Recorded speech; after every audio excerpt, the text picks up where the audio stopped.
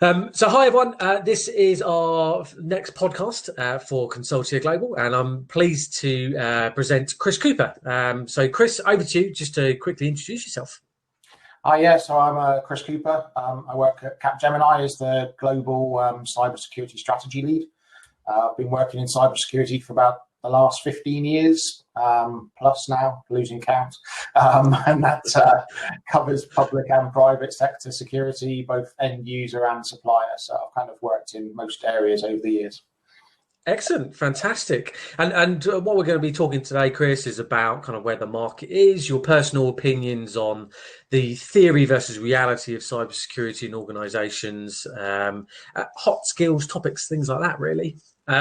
So we'll kind of start off with, I suppose, kind of the key piece, So talk to me about what you believe is the security theory versus reality out there at the moment. So I think that there's always been kind of an academic view of cybersecurity and a pragmatic view of cybersecurity. I've always tried to stick to the pragmatic view.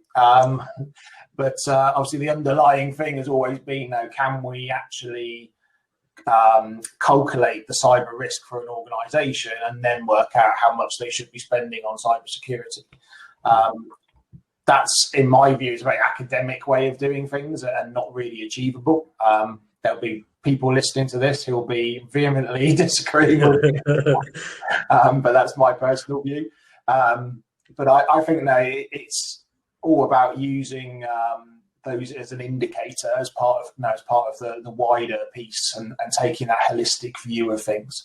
And you're starting to see some interesting things now with people using dashboarding and integrating that with the new CCMC piece that came out from the US Department of Defense at the start of the year, allowing you to have a much more view of maturity in things within and at a granular level within your organization.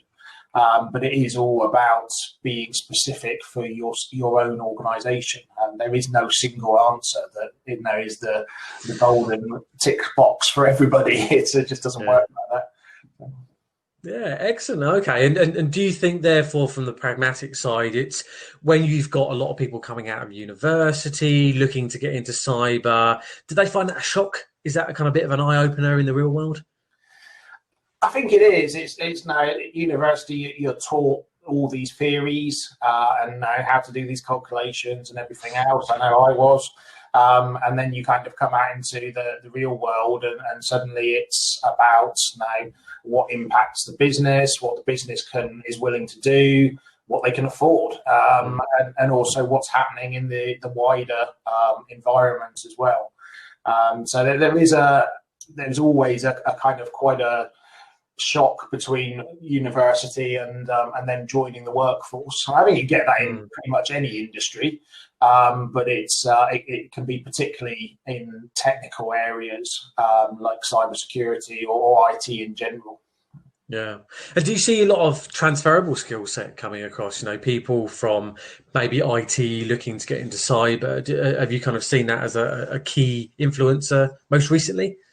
I think traditionally you only really saw IT people going into cybersecurity, but over the last 5-6 years, you see a lot more people from other backgrounds coming into cybersecurity, and I think that's a really good thing. It's now I previously, when I've been hiring graduates and things for graduate programs, most of the people I've actually hired haven't come from a technical degree. As long as they've got some of those core skills that you can't teach them, things like being able to logically analyze information and that type of soft skill that you need, you can teach them the rest. So it's actually really good for the industry to bring people in from different backgrounds and actually increase the capability of the wider industry. Yeah, and I suppose kind of from that, but what are the key focus areas in cyber? What's the demand out there at the moment? Well, demand is always complicated. So there's obviously some key technical changes that have happened from that area. So there's been the market's kind of been turned upside down to a certain extent with things like the new Microsoft security suites. So their Defender Suite and Sentinel and things like that. So that's a whole new area that's needing lots of capability. And there's still quite a gap. There's lots of cloud people out there. There's not that many cloud security people out there. So that's a definite area. And obviously the same with AWS's Security Hub, although hasn't had quite the same impact as Microsoft. But there's also some new influencing areas as well. So, data science, so, all of the big data pieces, behavioral science as well for understanding how do we influence our user base, our suppliers, all of those different things. And also, of course, the threat intelligence piece, which has become more prevalent over the last few years. And that's a specific skill in its own right to be able to filter all that data and actually boil it down to the key information. Yeah. Yeah, and I suppose, that kind of makes total logical sense. And I know you kind of just mentioned around kind of the data science kind of aspect, and we see a big increase in that, isn't it, at the moment, from people from all aspects, from, data science and even AI, really, and kind of crossovers in that particular field, and a lot of automation, I guess, within security. Yeah, and there's a lot of jargon out there at the moment. So a lot of claims of AI that, I don't think is really true artificial intelligence at this stage. Now, you've got machine learning, and that's being really useful, and you've got a lot of automation and orchestration, and that's also having a big impact.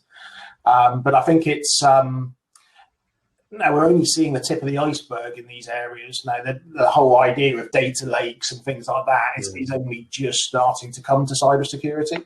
And I think we'll see a lot more of that over the next 4 or 5 years, as things like IoT and 5G and things mean that the amount of data we're collecting for security becomes so much larger that the SIM systems of today just can't cope with that. And the reality is we'll have to move to some kind of data lake.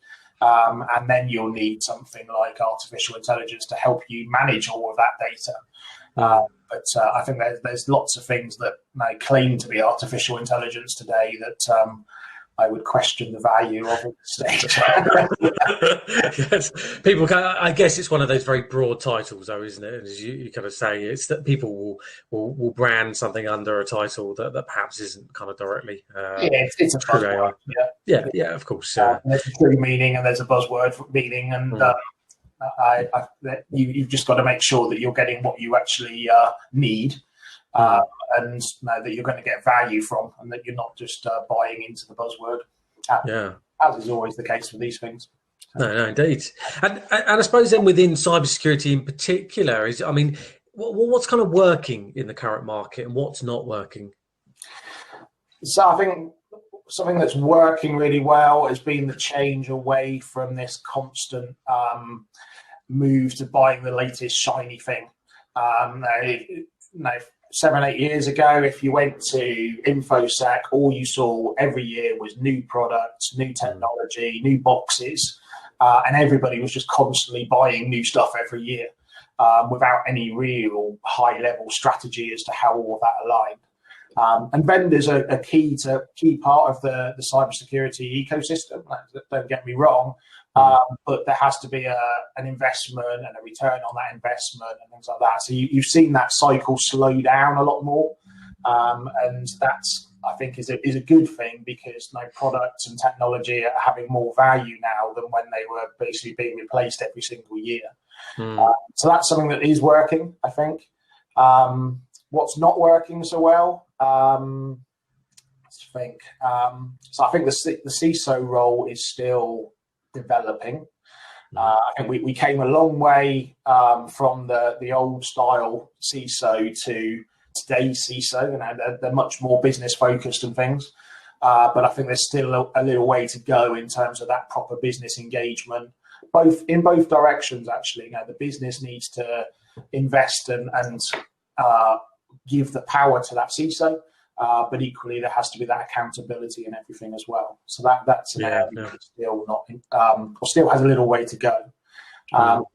Another area that's kind of a bit of a bugbear for me is around the whole diversity piece as well. So if you look at the cybersecurity industry in general, we're not very good at representing society and the various minorities, whether that's gender, race, disability, etc. We're not good at bringing all of those people into the industry at the moment.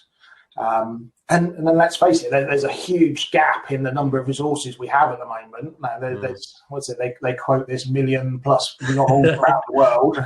Yeah. Why would we not want to make sure we're tapping every single pool of resources? And the apprenticeships and the graduate programs are all part of that as well. And do you think that's changing? Are you seeing a shift? For example, we talk to a lot of people about women in technology, and kind of gender disparity of, IT's just not kind of a male-dominated environment anymore. So do you think kind of next 5-10 years we'll see a big shift? I hope so. And there's definitely a lot more focus on it, particularly on the gender side. I think there's still work to do on the other areas. But we've got a long way to go. When you look at the percentage numbers, now it's still a tiny percentage, but it is at least becoming more visible, and that's part of the solution is to make it visible, and then we can try to solve it. I think we've got more people coming into the industry. We're not necessarily holding on to them, and that's something we need to look at as to what the causes of that are. Yeah, indeed. And I know you mentioned, the 1 million plus kind of roles and kind of shortage out there kind of within the cyber market. And I guess that's only going to increase, isn't it, in the future as more roles become cyber focused. So do you think that we're doing enough as nations globally to account for that deficit for the future? Or are we always going to be chasing for people to get in or transferable skills?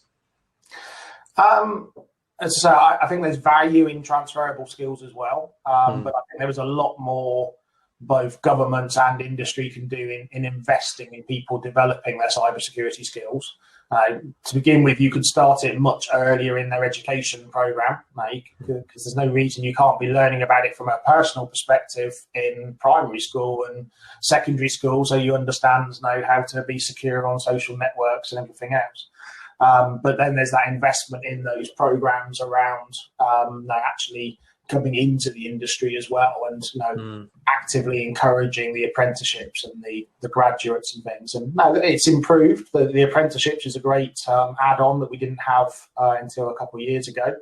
But there's not that many of them yet. And I think there's a way to go with investing in that further. But there will always be a need as well for people coming from other industries. And so I think that's valuable anyway, because it's useful to have those other experiences come in, those other skill sets. Yeah, absolutely. And I think, you kind of hit the nail on the head when you're kind of bringing in outside influence into a market where people will go, oh, that's thinking differently, or, or taking a different approach to perhaps what is a day-to-day kind of security aspect. So, yeah, absolutely. And as we become more and more business focused, because cybersecurity has got to be a enabler at the end of the day. I know there's a lot of people don't like using the word enabler, but the reality is that is just that. It's if we're not there to help the business, what's the point of us being there? Now, we can make it nice and secure and block all the computers up in a concrete room, but it doesn't do the business any good. So we have to understand what they're doing and how we can help them. Yeah. Do you think businesses, there's still that kind of barrier between the security and kind of business as usual? Do they see it as a blocker as opposed to something that will help them? I think it very much depends on the company and their experience of working with cybersecurity. There's definitely still that legacy. Now, when you look back to when it was just IT security and things, and we were very much seen as that blocker. So you've got some people who've got that kind of memory of it, who perhaps haven't adapted to how we work now. But you've also got people who just don't want any kind of obstruction, whether that's from finance or cyber or anybody else. They just want to get on with their job. And we need to make sure we're working with them to support them in doing that, but making sure we're also protecting their organisation as well. Absolutely, yeah. Oh, okay. And I suppose that kind of moves on to where we see security in the traditional sense versus kind of the outsourcing of security in organizations. So naturally, obviously, from Capgemini's perspective, and other consultancies, do you think there's a big shift in the market at the moment in regards to that? There's definitely a shift in terms of how managed security services are working. So you've got the traditional sort of monitor and detect solutions, which is what historically the market was doing, and then we're kind of in this. The service is always constantly changing, but we're kind of going through more of an evolution at the moment in that we're moving to what the analysts are calling the aligned services market. So that's things like MDR, managed detection and response. So that's kind of the first stage of it. But it's also bringing in and embedding a lot more capability as standard. So things like threat intelligence, vulnerability management, bringing those in and saying, right, you get those as standard. And then there's these extra things you can have as well. So I think that's definitely changing that. I think things like the pandemic tend to accelerate the cycle of people outsourcing cybersecurity, or at least the monitoring part of it, the monitoring response part of it. Because it's natural at the end of the day. It's such a specialist area, and there's such a scarce skill shortage, as we've already talked about. But it's a lot of expense for a company to try and do that themselves all the time. Some companies, it makes absolute sense for them to do that and have their own solution. For other companies, it doesn't make sense, and they can come to one of the managed security services partners and get that service from them.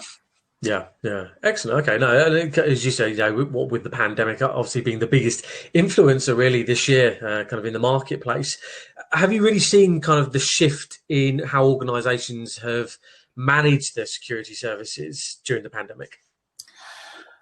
So we generally only work with large enterprises, so they were more set up to be able to cope with the remote working than perhaps some of the smaller and medium-sized enterprises. But we've definitely seen them have to go through that transition of suddenly working completely from home. But generally, they've coped very well. And now, obviously, there's been a sudden demand on all the collaboration tools.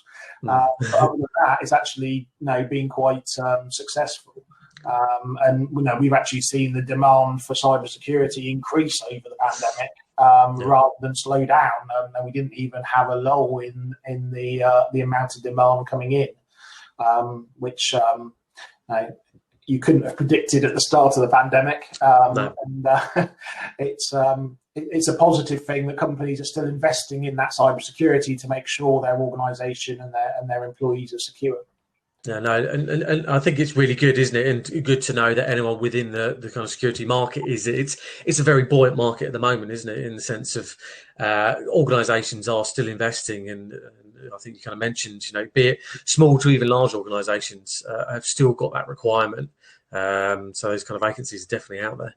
Yeah. No, absolutely, it's still an industry that's strong. It's good to move into, and I often tell people it's kind of one of the few industries left that's kind of almost a job for life still. Because can you realistically see cybersecurity disappearing? It's just becoming bigger and bigger, and the threats are increasing every year. So it's a great industry for people to be in. Yeah, and I suppose obviously with the future then of kind of cybersecurity, and we the likes of mentions of 5G and a lot more remote working naturally off the back end of this year. Do you think the industry's set up for that, or is that still something that we're really kind of having to focus in on or invest in more, perhaps new technologies? I think there's a mixture. Kind of getting out of the answer, but it's there's some of a lot of what we do now for cybersecurity equally applies to 5G and IoT and things like that. There's a lot more around the application security testing side that we're going to need to do in that area, because if you take 5G, for example, it is a software-defined network. So the risk is that somebody could compromise that software and have a significant impact. So you could get into cyberkinetic attacks, and where an attack is actually having an impact on the physical world as well as the cyber world. But it's we're reasonably well placed in that capability. But the demand for resources is going to go up even higher, because if you look at 5G, again, you've got things like connected cities, you've got Industry 4.0 with all the smart factories, autonomous vehicles, remote operating, with surgeons operating on people from the other side of the world. Suddenly all of these things become possible. And that's all got a security impact in that we need to make sure those things are secure, whether that's and it's not just at the 5G telecoms network level, it's also all the applications and the end environments that have to be secure as well. It will become even more holistic than it is today. Yeah, and I think that's definitely a demand, and I think you obviously mentioned autonomous vehicles, and recently in the press is obviously a well-known brand out there, isn't it, in the hacking, and I think we see more and more of this nowadays, and that's only going to grow, isn't it, as we become more autonomous as a nation, or even as a world, really, globally in every kind of country. Yeah, absolutely. It's and it'll drive, as we said earlier, more data being collected in terms of security events, which changes the way we work there. So we have to be on the ball, and companies are going to have to invest in cybersecurity alongside their investment in IoT and 5G and all of those new things. It could have a real significant impact on the way the world works and operates. And cybersecurity is going to be a key component of that. Absolutely, and I suppose, yeah. And if we take kind of the next 5 years, and I know that's very hard to kind of picture, I guess, especially at the moment. If you were a betting man, I mean, where would you say cyber is going in the next 5 years? What's the key requirements? So I think there's a move towards the data lake approach, as I said. And that's kind of definitely having an impact in the way we use technology, but also in the skill sets, because now as we add artificial intelligence and orchestration and automation, that kind of removes some of the tier 1 requirements of resources, but it increases the amount of tier 2 and tier 3 you want. So the skill level has to go up, but the demand for people still exists. I know there's some new stories out there where people are saying, "Oh, it's going to lose jobs," but I don't personally believe that. I think it will just push them up the skill level, make it more challenging when they first join the industry, because they'll need a higher level to start with. But we'll have to cope with that in the education programs. But yeah, so you've got those pieces: the data lakes, the artificial intelligence, and I think that will ultimately replace the SIM tools. But hopefully now the CISO role will continue to develop, as we said. I'd like to see it kind of become standard that a CISO reports into somebody at CX level or board level that has authority and accountability. And that we avoid these situations where you often get kind of that conflict of interest because you're working for the CIO or the CTO who's now got competing interests. And so my personal one is that we get that diversity piece improved as well. It's not going to be a quick fix, but we need to keep pushing that one and improve that across the whole market and across the globe. Yeah, excellent. Okay, and I guess it's hard to predict, but that's good to kind of see the focus areas in particular that kind of the insight someone within kind of the market kind of sees, and for anyone kind of listening and kind of watching in, I guess that's kind of something that they'll always look towards, isn't it? And say, what if I'm at university now, what should I start focusing in on? What should I start going after? What's the demand? And as you mentioned, a job for life, a hard phrase to kind of perhaps be with nowadays, and if you go back 10 years, it's a very different marketplace. But yeah, it's definitely kind of got growth by all means. So So, I mean, kind of as a summary, then, I mean, do you feel we're well placed then for the next couple of years in cyber? Do you think there's going to be a big explosion of something in particular, or a particular threat that you see coming through? So, no, so I think we've got a good foundation. That there's still plenty to do, just with the current threats, let alone the new ones that will come along. You're obviously seeing an increase in state-sponsored pieces, and that's going to have an impact. Now, just this week, you've seen the UK government announce their new cyber force and things as part of the Ministry of Defence funding. So now that's becoming more prevalent across the world, with lots of different countries investing in that. That can have a knock-on effect on industry if they actually engage in those activities. And whether that's directly from a state-sponsored attack or from a competing group then responding to it. But equally, you're seeing now in the pandemic, for example, the life science organisations and anyone linked to them in the supply chain have seen the number of attacks increase in terms of trying to get hold of information about vaccines and things. So that whole area is increasing significantly. And then as we go into that connected world, that's going to mean that the way of attacking a target is going to become different, whether that's as a criminal act or whatever. But the whole idea of attacking the supply chain is going to become even more prevalent, because if everything is interconnected, then it's a lot easier to come in by a backdoor in a kind of less secure company in order to gain access to someone else. And you've seen that with some of the technology companies have had that problem in the last year as well, and that's been in the press as well.